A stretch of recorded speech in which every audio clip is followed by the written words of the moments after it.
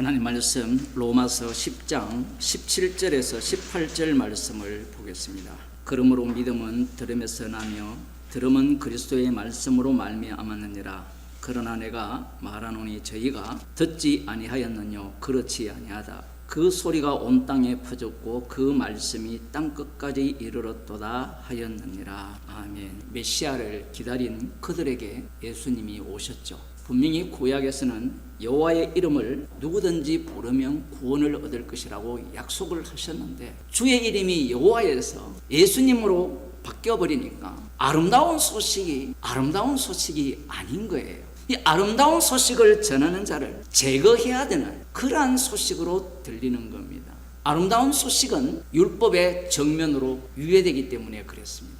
그들에게 좋은 소식이란 시온이 회복되는 겁니다. 여호와께서 통치하는 세계가 좋은 소식이잖아요. 그런데 흥미로운 점은 이사야의 이 예언, 우리가 전한 바를 누가 믿었느냐, 이것까지 내용을 다 알고 있는 그들이 안 믿었다라는 거예요.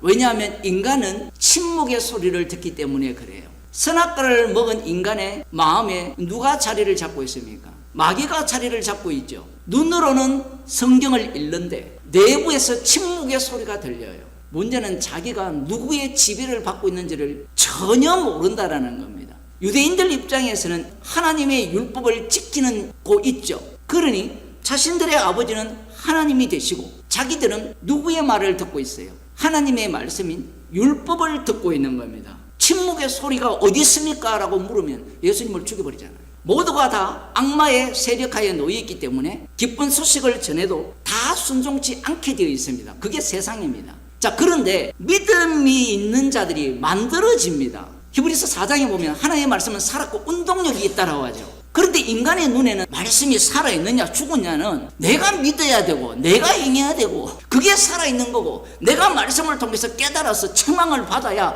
그게 살아있는 거다, 이렇게 생각을 하시잖아요. 그런데 그리스도의 말씀이 되면 살아있는 말씀이 돼요. 사도 바울이 로마에 가서 가택 연금을 당하면서 하나님 나라를 증거했다 하죠.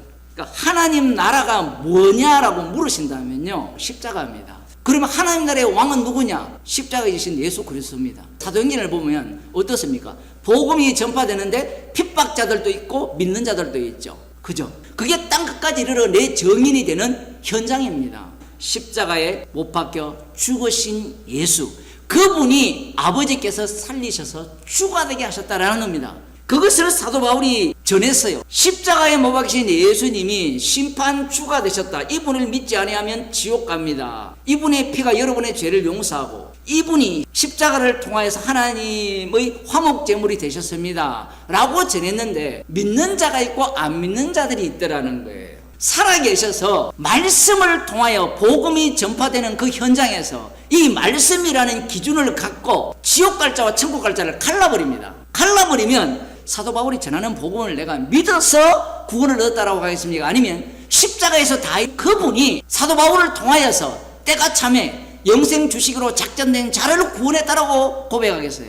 당연히 이렇게 고백하겠죠. 그게 침묵의 소리입니다. 그런데 우리들은 성령을 철저하게 배제해요. 거기에서 등장하는 자들이 신비주의자들이에요. 하나님의 음성을 들어야 된다. 뭘 날려버리죠? 성경을 날려버리겠죠. 여기에 대해서 이제 말씀 중심인 사람들은 철저하게 말씀 중심이죠. 철저하게 말씀 중심이니까 누구를 삭제합니까? 하늘 우편에 계신 분을 우습게 여기잖아요. 이게 인간들의 논리예요. 그런데 우편에 계신 분이 왕노릇 하는데, 그러면 그 왕노릇의 모습은 성령을 받은 자들에 의해서 복음을 전함으로 말미암아 판판히 복음을 전하는 자들이 핍박을 받고 미움을 받고 죽는 자리로 내몰리는 겁니다. 그게 왕노릇이 십자가 지신 모습이잖아요. 주님이 영웅 밖에서 십자가에 못 박혀 돌아가셨잖아요. 죽자 이야기를 하는 거예요. 여기에 시비를 걷고 나오는 자들이 부활이 없다고 해버리죠. 부활을 없애버려야 십자가 고난 속에 사는 걸 없앨 수 있어요. 판결을 하는데 예수님은 십자가의 지혜로 판결을 해요.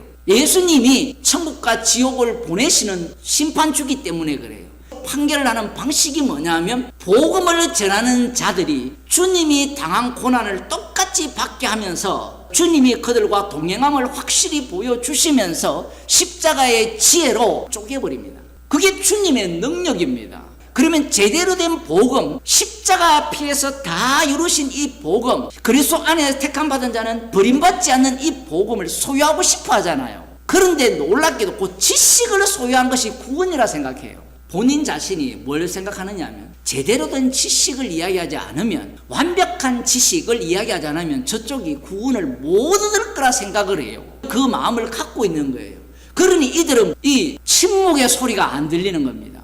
은혜로 말미암아 구원을 얻었다고 하잖아요. 이게 은혜가 되려면 내가 전한 것이 어떻게 돼야 되죠? 부정당해야 되죠. 복음을 전하는 자가 반드시 있어야 되고 그 전하는 자는 성경에 동일하게 그리스도의 어린 양의 피를, 죽임당한 어린 양의 피를 전가하기 때문에 미움받고 배척받고 제거당하게 되어 있어요. 이 땅에서. 이 백성에게 가서 말하기를 너희가 듣기는 들어도 도무지 깨닫지 못하며 보기는 보아도 도무지 알지 못하는도다. 이는 눈으로 보고 귀로 듣고 마음으로 깨달아 돌아와 나의 고침을 받을까 함이니라. 철저하게 어떻게 합니까? 막는다라는 거예요. 주님이 소경되게 하고 기머거리게 되게 했기 때문에 네가 안 듣는 거야. 해석이 이중성이에요. 사람의 눈에는 내가 안 믿는 거잖아요. 그죠? 그런 자에게 주님이 소경되게 했다는 거예요. 인간이 어떤 논리, 성경에 근거한 어떤 논리를 가지고 오더라도 성경은 다 거부합니다. 왜 그런지를 아시죠? 인간은 선악과를 먹었기 때문에, 자기가 하나님처럼 되었기 때문에 성경 말씀을 갖고 구원에 이르려고 하고 하나님 행세를 하려고 하는 거예요. 그래서 성경의 진리를 좀 알았다는 사람들을 보면요, 모두가 다 자기가 주의 자리에 가 있어요. 십자가의 정인이 아니에요. 십자가에서 주님이 다 이루어졌기 때문에 핍박받는 성도들을 통해서 복음을 전하는 겁니다. 그러면 왜 성도들을 고난 속에 집어넣습니까? 세상에서 예수님의 택함을 받았기 때문에. 그러니 세상은 자동적으로 너희를 미워하게 되어 있어요. 그리스도의 말씀이 어떻게 믿어지게 됩니까? 복음을 전했는데 주께서 친히 믿게 하시고 믿지 않게 하셨다는 거예요. 그것이 어디에서 나옵니까? 십자가에서 나와요. 그래서 이들이 이 복음을 듣고 믿게 된다면 십자가를 자랑하는 겁니다. 용서하심이 덮쳐지는 거예요. 이 진리를 알았기 때문에 구원이 되는 게 아니에요. 그거는 이 세상 지혜입니다. 그러나 내가 말하노니 저희가 듣지 아니하였느뇨? 그렇지 아니하다. 지금 계속해서 상반된 이야기를 하거든요. 한 번 선택은 영원한 구원이다. 이 논리를 다 깹니다. 창세전에 그리스도 안에서 택함 받았으니까 나 구원 얻어. 그런 논리가 통하지 않아요. 주님이 인간의 탐욕을 모를까요? 인간은요, 죽을 때까지 자기 구원론을 포기하지 않습니다. 그런 인간을 주님은 어떻게 다룹니까? 성령을 주셔서 날마다 죽이는 방식으로 다루어요. 날마다 죽이지 않으면요, 나는 그리스도 안에서 선택받았어. 이런 논리를 갖고 와요. 그러면 창세전에 선택받았으니까 구원받았죠. 구원받았으니까 어떻게 살아야 됩니까? 내 마음대로 살면 되죠. 그 논리가 필연적입니다. 왜? 구원이 끝났기 때문에. 그래서 예수님이 하늘 우편에 계신 주로서 계시는 분인데 대제사장으로 소개하는 거예요. 대제사장으로 소개하는 순간 땅에 있는 성도들은 어때요? 이제 너도 죽어라 얘기거든요. 대제사장이 희생물이 되었잖아요. 그럼 예수님이 희생물이 되었잖아요. 그 예수님을 누가 받았어요? 그리스도의 영을? 성도들이 받았죠. 받았으니까 어떻게 하란 말입니까? 내놔라는 거예요. 그래서 우리의 몸을 드리라고 하는 거예요. 몸을. 인간 구원론이 성립이 안 돼요. 구약 이스라엘만 논하는 게 아니라요, 이방인들도 다 같이 이야기를 하는 겁니다. 지금 로마서에서 10편 19편을 갖고 왔다는 것은 누가 하나님이 돼요? 십자가에 못 박히신 예수님이 참 하나님이 되시고 그분이 주가 되시고 주의 이름이 예수 이름이라 했잖아요. 그걸 만일에 하나님으로 돌리면 그 하나님은 우상이 되는 겁니다. 지금 말을 하려면 뭐가 있어야 되죠? 언어가 있어야 되죠. 언어. 그 다음 뭐가 있어야 되죠? 말이 있어야 되잖아요. 그 말이 있어야 소리가 날 거 아니에요. 지금 사도 바울이 로마서 10장에서 그리스도의 말씀은 들음에서 나고 들음으로 말미암아 믿음에서 난다 했잖아요. 지금 언어가 없고 말이 없고 소리가 없는데 무슨 소리가 들려요? 낮에 밤이 소리가 없는데 말을 한다는 거예요. 선포한다는 겁니다.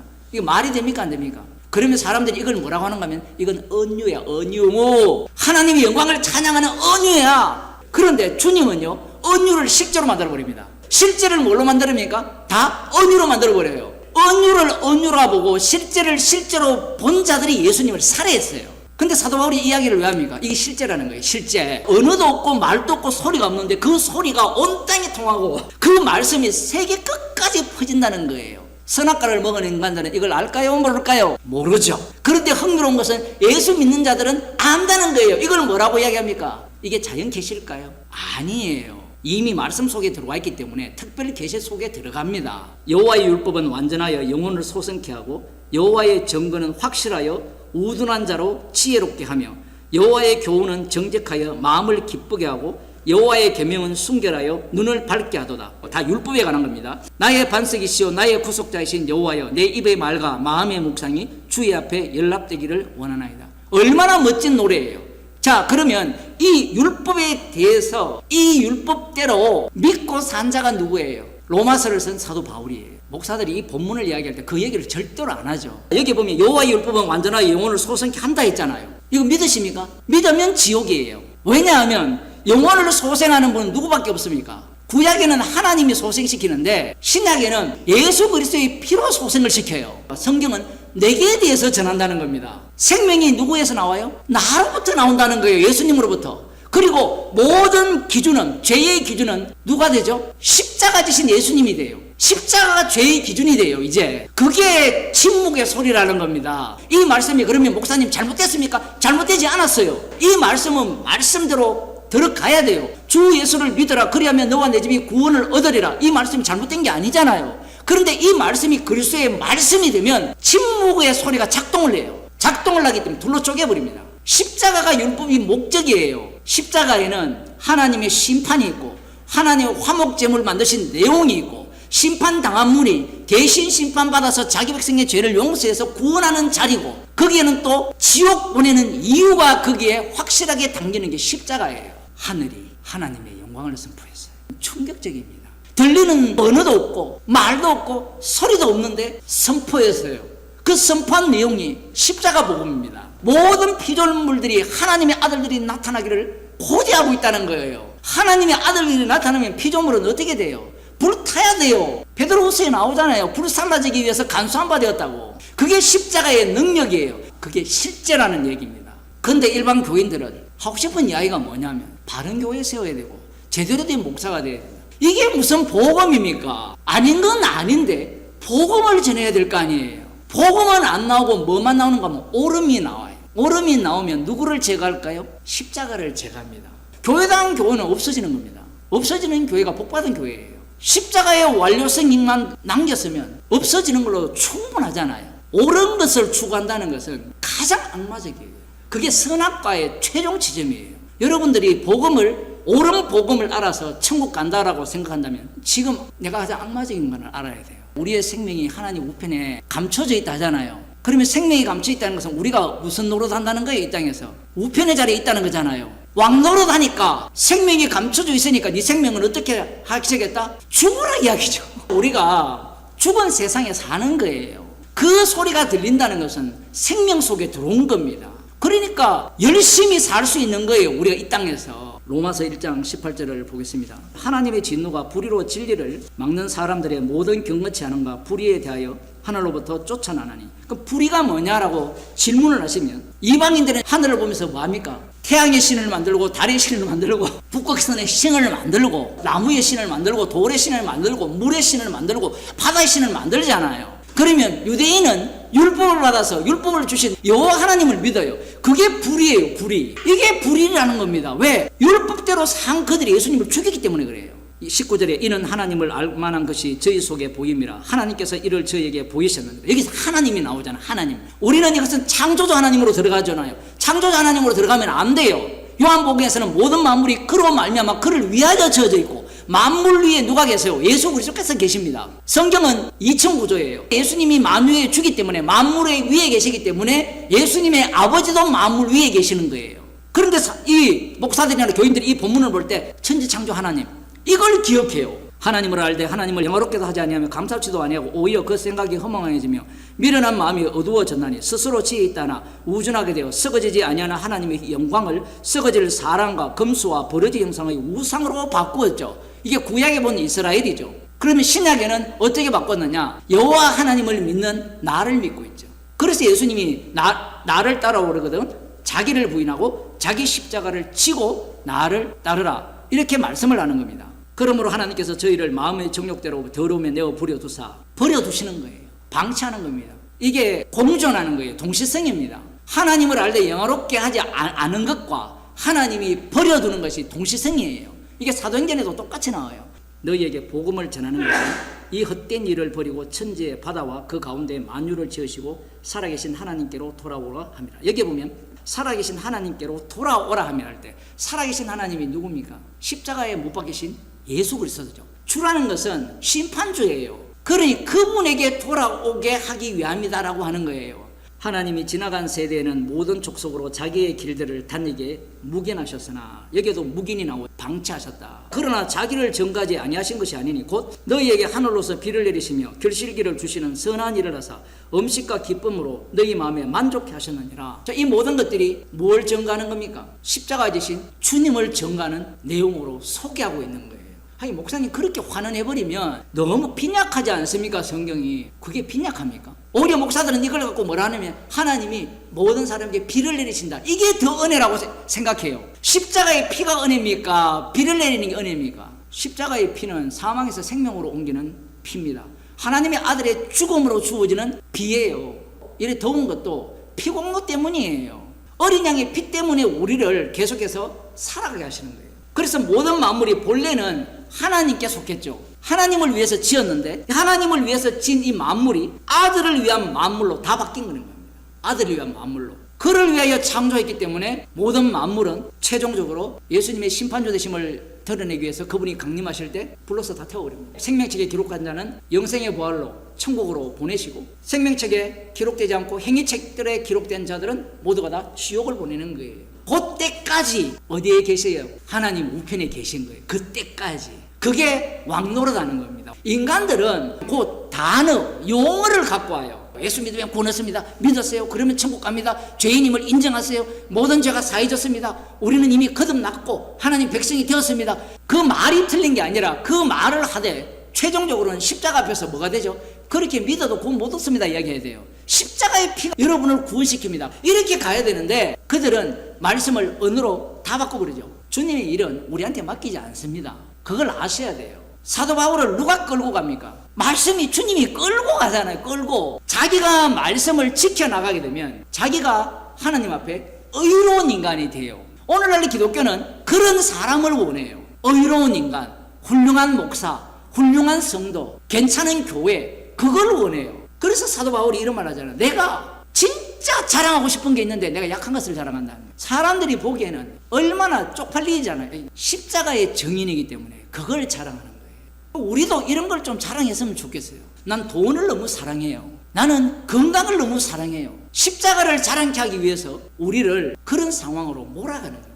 기도하겠습니다. 하나님 아버지, 그리스도의 말씀이 선포가 됨으로 말미암아 인간의 눈이나 귀에 손에 잡히지 않는 십자가의 능력이 역사하여서 영생 주시기로 작정된 자를 그리스도 안으로 인도하시고 그렇지 않는 자를 내치시는 주님의 일을 말씀을 통하여 보게 하심을 감사드립니다. 저희들을 긍휼히 여기사 그리스도의 말씀을 듣게 하시고 그리스도의 말씀을 전가하는 주의 백성이 되게 하옵소서.